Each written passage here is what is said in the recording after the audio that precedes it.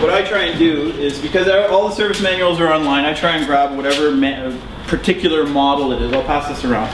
This is exactly what we're going to do according to the manufacturer. Because we sell quite a bit. We sell Yamaha, Kawasaki. We did sell Honda for a long time, and Yamaha in motorcycles. So I'll let the oil drain while I'm doing the other stuff, so we can let the most come out. You're going to want to remove the filter, and because they're in the general vicinity of each other, you can do them both at the same time, and leave the oil plug out so that it can drain the most out that it can, and then remove the filter. What we're going to use to remove the filter is this filter wrench. It's like a big socket that fits the filter exactly. This particular tool is the same for Honda, Yamaha, and Kawasaki, and Suzuki's the only oddball. So what I always tell customers is get a couple friends together and buy one and share it, because it's like a $25 tool or something like that. So this is going to fit right on the filter, like so. You remove the filter so it's still installed, but it's loose enough hand tight. You put your wrench on like so and just wiggle it off, and it'll just come off. Kind of like a round gasket, right? And when you install it, it squishes, so it takes up any imperfection. It's the kind of thing where we don't use them all. 2 liters in, right? Yeah. And your oil is just about at the full line, right? Now we're going to run it. So everything's tight, filter's tight.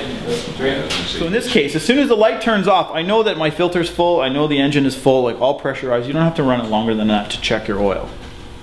Like a lot of people, boom, boom, no need for that.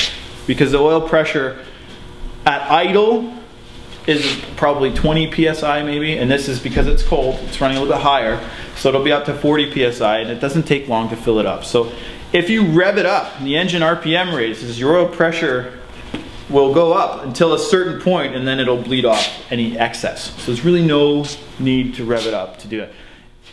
1040 is sufficient, you know, to winter to summer. Once the engine is up to temperature, it's going to be the same. Especially if your bike's liquid cooled like this one, where you've got a very consistent temperature. When you have an air-cooled machine like a V-Star or something like that, the clearances are a little bit bigger because they know that engine's going to expand more than this engine that's liquid cooled, because they can't really pinpoint exactly the temperature it's going to be. There's a thermostat in this to tell this engine when it gets to X amount, open up and bring in cold coolant so we can maintain a specific temperature.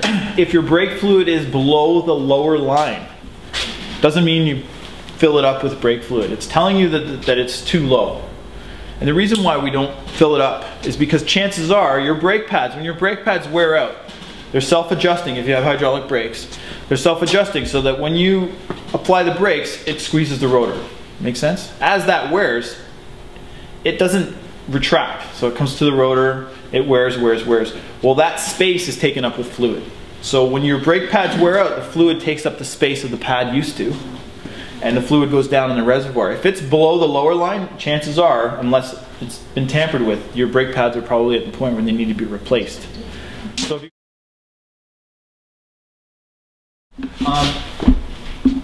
there's a chemical, I understand you get a Canadian Tire, and it comes in a tube blue or red, and it's a kind of like a glue that you can put on the threads. Like a thread locker? A thread locker. Yeah, it's called Loctite. That's the brand name. So do you use that on these motorcycles? Only when it's recommended by the manufacturer. Okay. I guess there's a torque value for this thing too. Every nut and bolt on this machine is a torque value for. Okay. Yeah.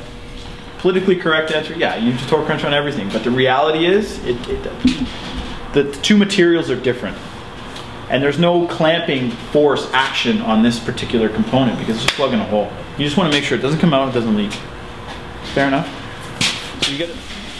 So, we have a, how did we do for our first seminar? Was good? Oh, yeah, good.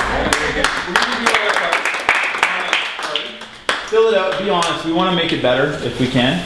And if you have any other questions, absolutely no. We'll take a drop after it's all done, and we got 3 prizes, different versions. I think you did. Alex? Yes.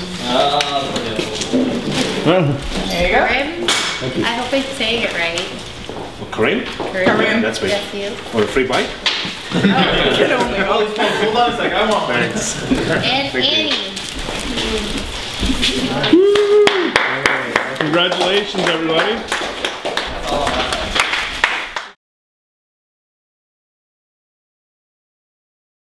It's in the Okay guys, remember, you can visit us on YouTube at Snow City Cycle Marine, or just visit us again at snowcitycycle.com. Thank you for joining in another episode.